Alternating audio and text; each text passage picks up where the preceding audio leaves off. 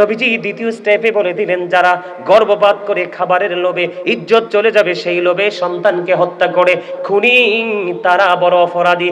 3 নম্বরে বললেন, ইয়া রাসূলুল্লাহ, ইয়া হাবিবাল্লাহ, নবী, নবী গো, ও প্রাণের নবী, ও 3 নম্বরে যখন প্রশ্ন করলেন, এরপরে কে? এরপরে হলো ব্যভিচারী নারী পুরুষ। জোরে জোরে বলেন না নাউজুবিল্লাহ। রাহমাতাল লিল আলামিন, আল্লাহর প্রিয় হাবিব, হাবিবুল্লাহর উম্মত, যিনি কাল কিয়ামতের দিন আমাদেরকে নিয়ে গর্ব করবে, আমাদেরকে নিয়ে তিনি আল্লাহর দরবারে সুপারিশ করবে। জোরে জোরে বলেন না সুবহানাল্লাহ, আর জোরে বলেন না সুবহানাল্লাহ। আবার শুধু এটাই বন্ধু ক্ষান্ত নয়, হযরতে সুফিয়ান শাওরি রাদিয়াল্লাহু তাআলা আনহু তিনি বলেছেন, আমার দিকে তাকান, অন্য দিকে নজর দিবেন না। এগুলো বেশি বেশি জেনে রাখা আপনাদের প্রয়োজন। আপনারা কি বিরক্ত হন? আপনারা যদি বিরক্ত হন, আপনারা আমাকে বলবেন, হুজুর ইনশাআল্লাহ আপনারা যেই বিষয়টা নিয়ে কথা বলতে বলবেন, সেই বিষয় নিয়ে কথা বলতে পারবো। আল্লাহ সেই নিয়ামত আমাকে দিয়েছে। তবে আমি মনে করেছি এই আলোচনাটা এখন বর্তমানে বেশি প্রয়োজন। কথা বলেন না কেন? এই আলোচনাটা বেশি বেশি বন্ধু প্রয়োজন। আমি আজকে বলি, এই বড়রা কাঞ্চনপুরের আমার ভাই, আমার বাবারা, আমার মা, আমার বোনদেরকে বলি গো, শুধু যে নারীদেরকে আপনি আপনার আওতায় রাখবেন এমনটাও নয়। ও বন্ধু, কিতাব খুলে দেখলাম, কিতাব সাক্ষী দেয়। আমার কথাগুলো একটু মন দিয়ে শোনেন। হযরত সুফিয়ান শাওরি রাদিয়াল্লাহু তাআলা আনহু তিনি কি করলেন? গোসলখানায় ঢুকলেন। গোসলখানায় ঢোকার পরে ওনার দরজাটা, গোসলখানার দরজাটা একটু ফাঁক করে ফুটফুটে সুন্দর একটা বালক ওনার গোসলখানায় ঢুকে গেল। ঢুকতে দেরি তিনি সঙ্গে সঙ্গে ডাকতে শুরু করলেন, কে আছো গো? জলদি করে যুবকটাকে, বালকটাকে আমার কাছ থেকে বের করে নিয়ে যাও। তার কারণ হলো, ও বন্ধু, সুন্দর সমাজের মধ্যে অনেক দেখবেন ছোট্ট বাচ্চা থাকে, বালক থাকে, ফুটফুটে সুন্দর, আছে না নাই? আমি আপনাদেরকে বলে যে এটা লজ্জার কথা নয়, জানার কথা। ওই লুত জাতির মতো এই জাতির মধ্যেও জিনা, ব্যভিচার, বলাৎকার বেড়ে যাচ্ছে। শুধু এটা সম্পর্কে জানা না থাকার কারণে বন্ধু, আমার দিকে একটু নজর দিয়ে তাকান। ওই সুফিয়ান শাওরি ডাক দিয়ে বললেন, তুমি কি করো? বালকটাকে আমার গোসলখানা থেকে বের করে নিয়ে যাও। কেন গো, কেন গো? কয় একটা বালকের সাথে, একটা যুবতী মেয়ের সাথে থাকে একটা শয়তান, আর একটা বালকের সাথে থাকে 10টা শয়তান। এই কারণে তুমি আমার গোসলখানা থেকে কি করে নাও, ওই বালকটাকে বের করে নাও। এতটাই ফুটফুটে ছিল বালকটা, তার মানসিকতা তিনি আমাদের কি বুঝিয়েছেন। আমি আপনাদেরকে বলে দেই বন্ধু, আপনার সমাজের মধ্যে, আপনার বাড়ির মধ্যে, আপনার ঘরের মধ্যে যদি কখনোই কোনো সুন্দর ফুটফুটে বালক থাকে, কখনোই প্রাপ্ত কোনো বয়স্ক ছেলের সাথে কখনো নির্জনে কোথাও যেতে দিবেন না। এটা বন্ধু কিতাব থেকে প্রমাণিত, আজকে শিখে যান। হযরত আবু সাঈদ খুদরি রাদিয়াল্লাহু তাআলা আনহু থেকে হাদিস কানা বর্ণিত, তিনি জানিয়ে দিয়েছেন, আমার দিকে তাকান।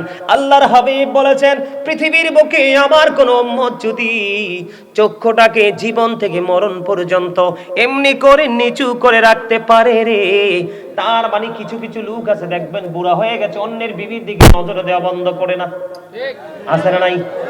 মহিলা কিন্তু পর্দাশীল নামাজি, সেই ধরেন রাস্তায় দাঁড়ায় রইলো অথবা চৌবনিতে দাঁড়ায় রইলো, ডাক দিয়ে বলল, তুমি কে গো? কার মা, কার বউ? এরকম কিছু নষ্ট চরিত্রের লোক আছে না নাই? বন্ধু বলে, হুজুর এত এগুলো আপনি কোত্থেকে এনেছেন? এগুলো এনেছি বন্ধু কিতাব থেকে কাউন্ট করেছি। আমার নবীজি বলেছে, একজন যুবক আরেকজন যুবতের, একজন যুবক আরেকজন যুবকের লজ্জাস্থানের দিকে তাকায়ও না, একজন যুবতী আরেকজন যুবতীর লজ্জাস্থানের দিকে তাকায়ও না।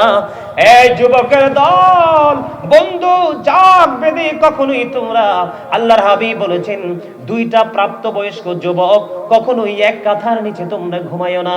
কখনো প্রাপ্তবয়স্ক যুবতী দুইজন কখনোই একটা কাঁথার নিচে ঘুমায়ও না। এইভাবে যদি তোমার জীবনকে তুমি পরিচালনা করতে পারো, তাহলে জিনা নামক, ব্যভিচার নামক, বলাৎকার নামক ওই লুত জাতি যেমনি করে নোংরা কাজটা করেছে, এমনি ভাবে আর কখনোই সমাজের মধ্যে নোংরা কাজ চলবে না। ঠিক কিনা বলেন? আমার কথা কি মনে রাখবেন? কে কে মনে রাখবেন? হাত তুলে দেখান তো দেখি। 2 হাত তুলে দেখান, এমনি করে 2 হাত তুলে মারহাবা, মারহাবা, হাত নামান। বন্ধুরে আমার কথায় আপনারা কষ্ট পাইয়েন না, কারণ আল্লাহ রাব্বুল আলামিন বলেছেন, বন্ধু বলবো নি, আরে জোরে বলেন, ইয়া আইয়ুহাল্লাযীনা আমানু ও আনফুসাকুম ও আহলিকুম নার। আল্লাহ বলেছেন, O believers, save yourself and your families from the fire. আল্লাহ বলেছে ঈমানদারেরা, ঈমানদারদেরকে ডেকে ডেকে বলেছেন, তুমি জাহান্নাম থেকে বাঁচো এবং তোমার আহালকেও জাহান্নাম থেকে বাঁচাও। এটা হলো বর্তমানে বন্ধু সবচেয়ে বড় জাহান্নাম। কথা বলেন না, এটা সবচেয়ে বড় জাহান্নাম। ও বন্ধু আমার দিকে তাকান, আবারও আমি পুনরায় আবারও রিপ্লাই করতেছি, আমার দিকে তাকান। একটা যুবক আর একটা যুবকের লজ্জাস্থানের দিকে তাকায়ও না, একটা যুবতী আর একটা যুবতীর লজ্জাস্থানের দিকে তাকায়ও না। এই দুইটা যুবক প্রাপ্তবয়স্ক পুরুষ দুইজন, নবীজি বলেছে কখনোই তোমরা একটি কাঁথার নিচে ঘুমায়ও না। যতই জায়গা সংকট হোক, প্রয়োজনে একটি একটি করে কাঁথা পেঁচিয়ে পেঁচিয়ে তোমরা আলাদা আলাদা করে ঘুমাবে। তারপরেও তোমরা দুইজন পুরুষ একটা কাঁথার নিচে ঘুমায়ও না। দুইটা নারীকে বলেছেন কখনোই তোমরা এক কাঁথার নিচে ঘুমায়ও না। জোরে জোরে বলেন না আল্লাহু আকবার। আল্লাহর হাবিব সরকারে মদিনা তিনি বলে দিয়েছেন, এই যে আমি বললাম যে হুজুর আমি কি করব না, আজকের পর থেকে কোনোদিন চক্ষুটাকে উপরের দিকে তুলব না, নিম্নগামী করে পথ চলবো। এটার বেনিফিট কি হবে, আমি বেনিফিশিয়ারি হব কেমন করে? আমার নবী জানিয়ে দিয়েছেন, যেই ব্যক্তি চক্ষুটাকে নিম্নগামী করে প্রত্যেকটা প্লেসে অতিক্রম করতে পারবে, আমার নবীজি জানিয়ে দিয়েছে আমি নবী ওই ব্যক্তির জান্নাতের জিম্মাদার হয়ে গেলাম।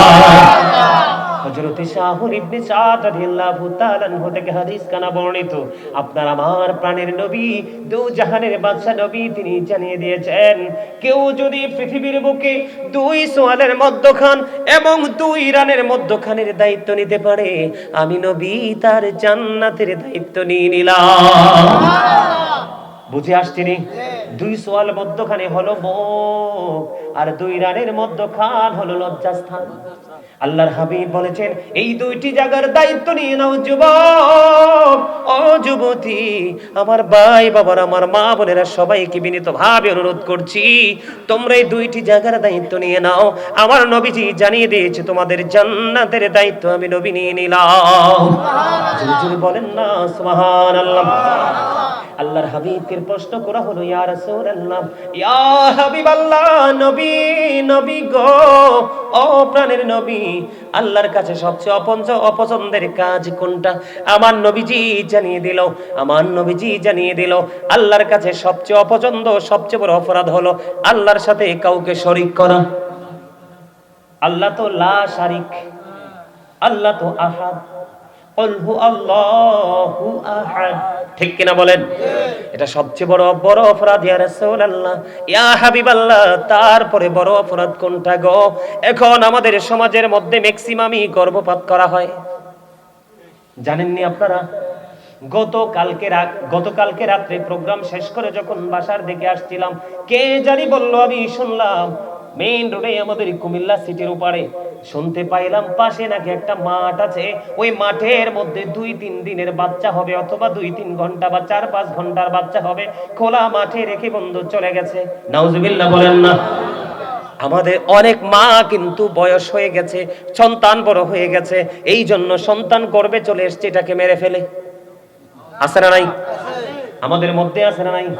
আমার নবীকে যখন প্রশ্ন করা হলো, ইয়া রাসূলুল্লাহ, ইয়া হাবিবাল্লাহ, নবী গো, এটা তো বড় অপরাধ বুঝে নিলাম, এরপরে বড় অপরাধটা কোনটা? আমার নবীজি বলেছেন সন্তানকে হত্যা করা। জোরে জোরে কন্যা নাউজুবিল্লাহ। দুইটা কারণে সন্তান হত্যা করে ফেলে।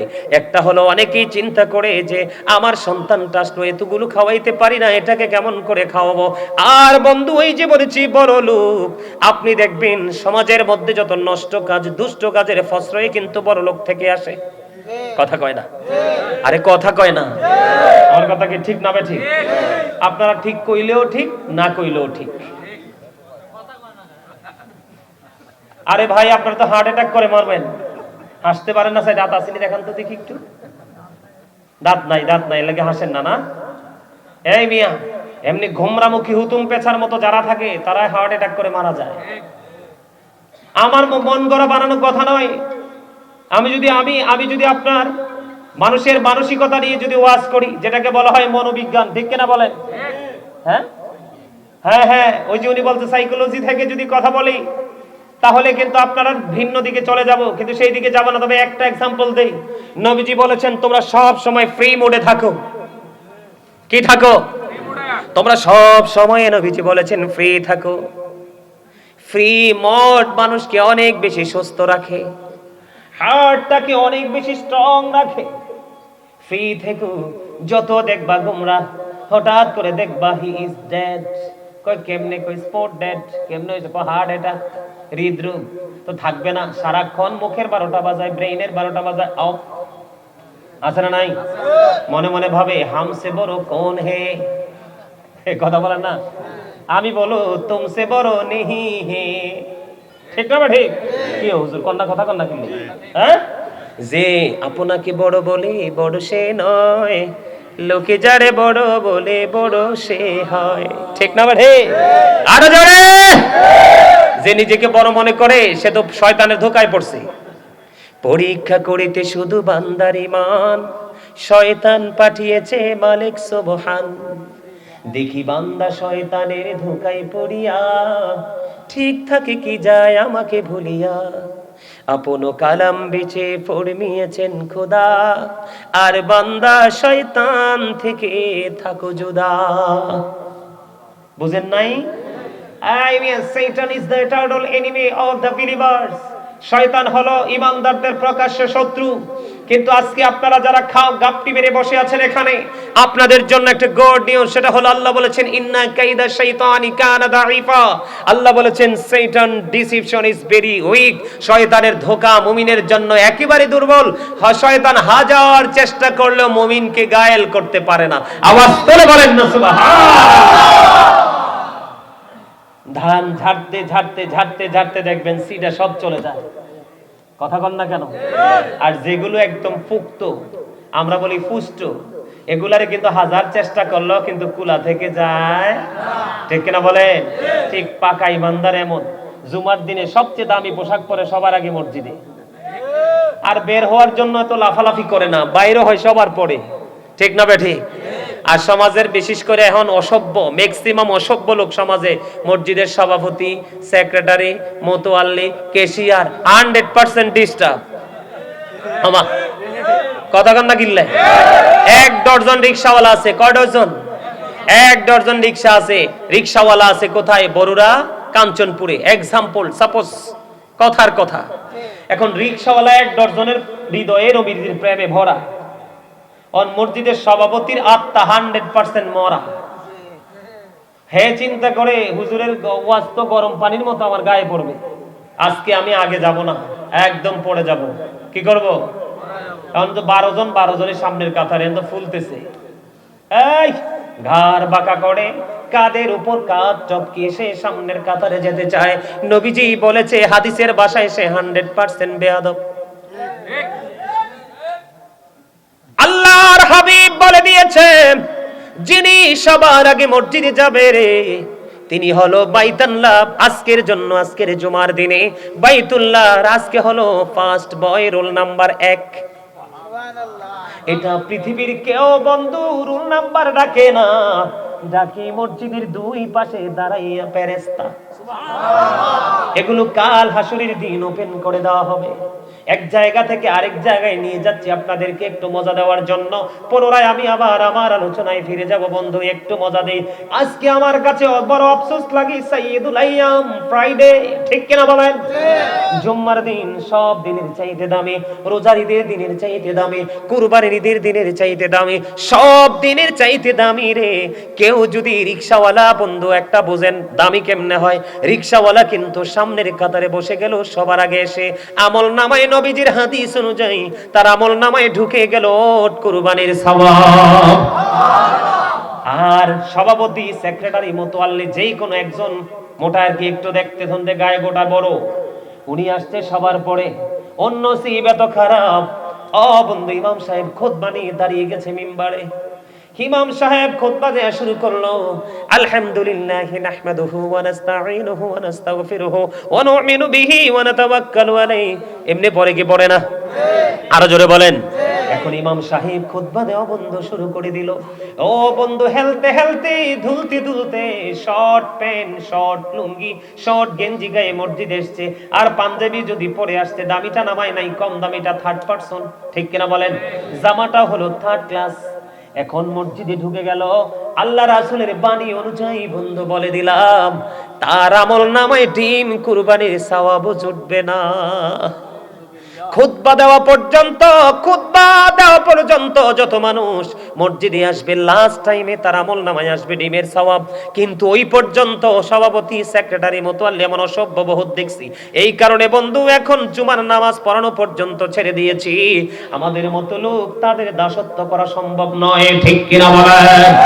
আরো জোরে বলেন, ঠিক না বেঠি? হাদিস শরীফের ভাষা, তার কপাল দেখেন কতটাই পোড়া।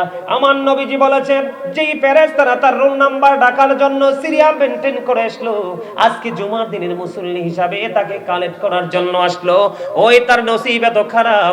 ইমাম সাহেব যখন খুতবা নিয়ে দাঁড়ায়া গেল, ওই ফেরেশতারা তার নোটবুকটাকে বন্ধ করে দিয়ে ওই খতিব সাহেবের খুতবা শোনার জন্য দাঁড়িয়ে গেছে। জোরে জোরে বলুন সুবহানাল্লাহ।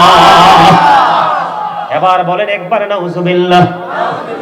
তার নসিবে কিছুই কি? ওই যে নোটবুকেও তার নাম নাই, ওই সওয়াবের কন্ডিশনেও তার কোনো সওয়াব নাই। আর যেই রিকশাওয়ালা সবার আগে মসজিদে প্রবেশ করলো গো, তার আমল নামায় আগে আসার কারণে বন্ধু উট কুরবানির সওয়াব চলে গেল। এখন তিনি মনে মনে ভাবতেছে, না না, আইসি আগে যাবো সবার পরে। কত সুন্নাত, কত নফল নামাজ আছে, সুন্নাত নফল দ্বারা আল্লাহর দিদার পর্যন্ত পৌঁছা যায়। ফরজ ওয়াজিবের ঘাটতি হলে সুন্নাত দ্বারা নফল দ্বারা ফিলাপ হবে কাল হাসরের দিন। ওই রিকশাওয়ালা বসে রইলো, সবার পরে মসজিদ থেকে বের হয়ে গেল গো। ও বন্ধু, আমার নবীজি জানিয়ে দিয়েছে, আহারে রিকশাওয়ালা, পৃথিবীর মানুষ যদি তোরে গরিব মনে করে, আসলে তুই তো বড় ধনী। আমি একটা এক্সাম্পল দেই, ধনী বলবো কেমনে? The rich are not always happy. ধনীরা কিন্তু সব সময় সুখী না। The poor are born to suffer. গরিবরা জন্মগ্রহণ করেছে দুঃখ ভোগের জন্য, ঠিক কিনা বলেন? কিন্তু হাদিসের ভাষায় যদি বলি, আল গিনা গিনান নাফস, প্রকৃত ধনী হলো আত্মার ধনী, যার সিনায় আছে প্রেম, এটাই সবচেয়ে বড় ধনী। আমার নবীজি বলেছেন, আসলা সবার আগে, বের হইলা সবার পরে।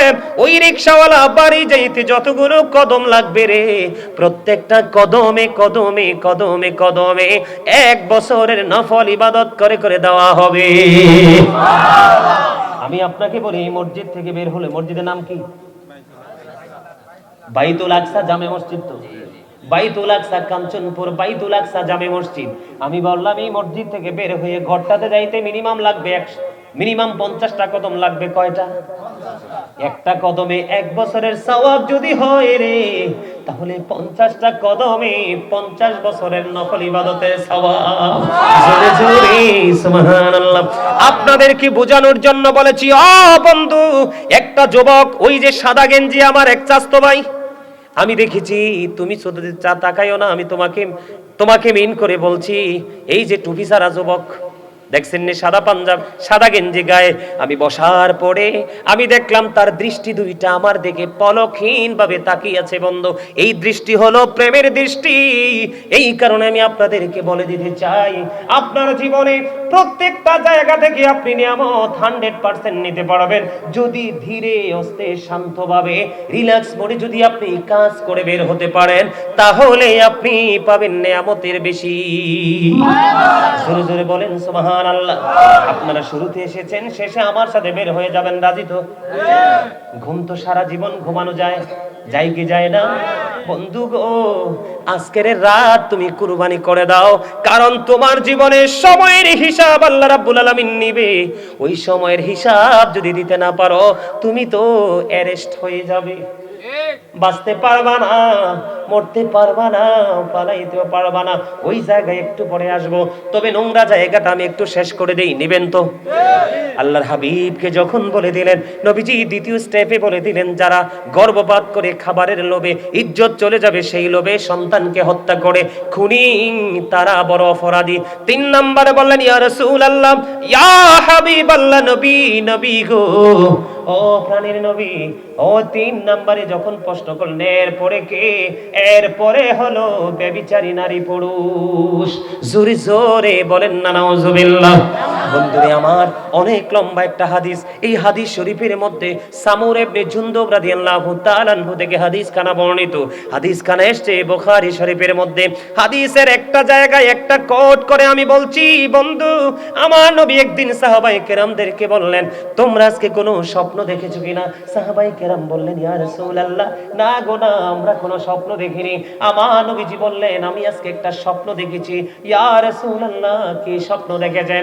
এই যুবকের দল, এই যে কর্নারম্যান, কর্নার পিপল, ফলো মি, এদিকে, এই আমার দিকে, কথা বলা যাবে না। এই সুন্দর আলী, হাসি কিন্তু পছন্দ হয়েছে, কিন্তু দুষ্টামি পছন্দ করবে না। এই তুমি ওইদিকে যাও কেন? আমি তোমারই কইতেছি। এই যে এদিকে তাকা, এই যে আঙ্গুল বরাবর, এই এদিকে। Please don't disturb me. চুপ করে বসো ভাই, আমি শেষ করে দিব। তোমরা বিরক্ত হচ্ছ, তাওয়ারুক তোমাদেরকে বেশি দিতে বলবো আজকে। আরেকটাই কই ইনশাআল্লাহ। যাক, আলহামদুলিল্লাহ, অবশেষে আই এম ভেরি সাকসেস যে আপনাদেরকে একটু হলো হাসাতে পারছি। না, আপনারা আসলে হাসতে পারেন যে এটা বুঝতে পারলাম। আলহামদুলিল্লাহ বলেন, আরো জোরে, আর একটু মহাব্বতে। খবর ভালো লাগে না খারাপ লাগে? খবর শুনতে রাজি না বেরাজি? আরো জোরে, নিতে রাজি তো? ও বন্ধু, হৃদয় খুলি শোনো গো, নিয়ামত, এত বড় নিয়ামত। ও বন্ধু, নিয়ামতকে নিয়ামত হিসেবে কবুল করে নাও, তাহলে এই জীবনটা ধন্য হয়ে যাবে।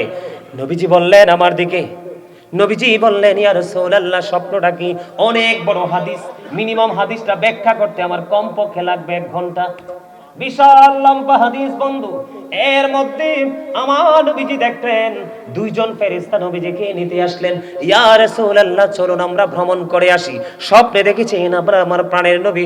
বন্ধু, এগুলো শিক্ষার বিষয়ে, তুমি সারা জীবন পাপ করেছো।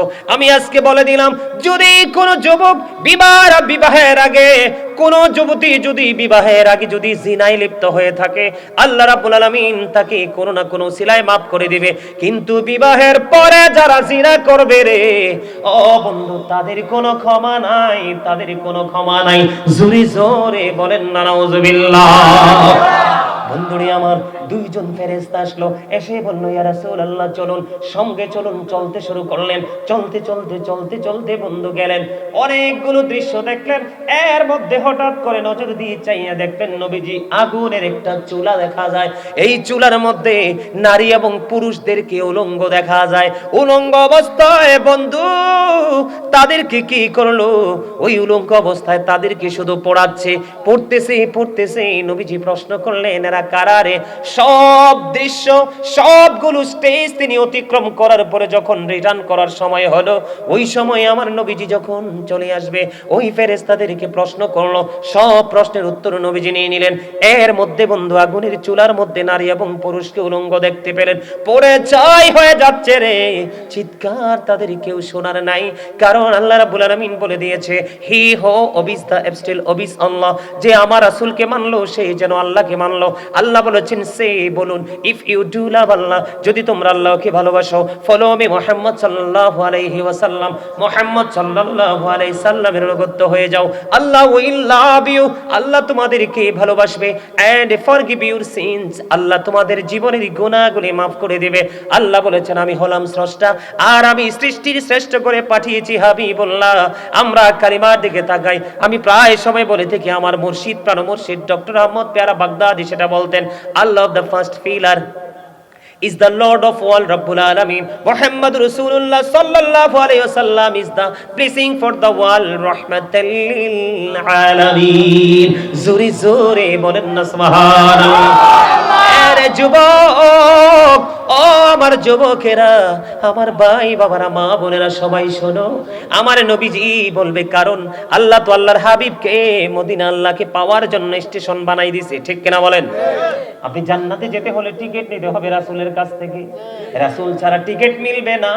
বাস কাউন্টারে না গেলে টিকিট পাবেননি। যদি হাই অনেক বেশি পাওয়ার থাকে সেটা ভিন্ন কথা। নবীর সাথে কিন্তু এই মেসালটা যায় না। সাধারণ মানুষ বিদায় সাধারণভাবে বলে দিলাম বন্ধু। এবার কি করলেন? করলেন, নবীজি দেখতে পাইলেন। ও বন্ধু, ফেরেশতাদেরকে প্রশ্ন করলো, এই যে দেখতে পাইলেন এরা কারা? এবার নবীজি কি বলল, ইয়া রাসূলুল্লাহ, ইয়া হাবিবাল্লাহ, নবী গো, এরা হলো পৃথিবীর ব্যভিচারী জিনাকারনেওয়ালা নারী এবং পুরুষগুলো। জোরে জোরে বলেন না নাউজুবিল্লাহ। এবার আমি আপনাদেরকে বলে দেই বন্ধু,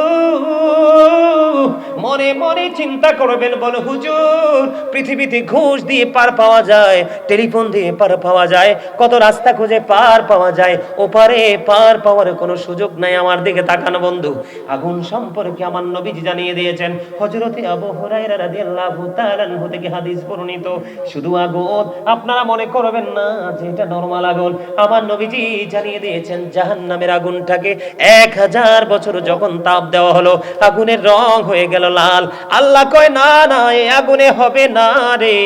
আরো 1000 বন্ধু তাপ দিল, আগুনের রং হয়ে গেছে বন্ধু সাদা। আল্লাহ বলে না না, এই আগুনেও হবে না। আরো 1000 বছর বন্ধু আগুনটাকে তাপ দিলেন, আগুনের রং হয়ে গেল বন্ধু কালো। এত ভয়ঙ্কর আগুন, ওই আগুনের মধ্যে বিরামহীন ভাবে জ্বলতে হবে। একবার মোমের মতো খসে যাবে, গলে যাবে, আবার পুনরায় গঠন করা হবে, আবার জ্বলতে থাকবে। ও বন্ধু, আল্লাহ এই সম্পর্কে একটুখানি বলেছে। আল্লাহ বলেছেন লা ইয়ামুতু, people will not die that day, সেদিন মানুষ মরতে পারবে না। আল্লাহ বলেছেন ফিহা ওয়ালা ইয়াহিয়া, people will not be able to life that day, সেদিন মানুষ বাঁচতেও পারবে না।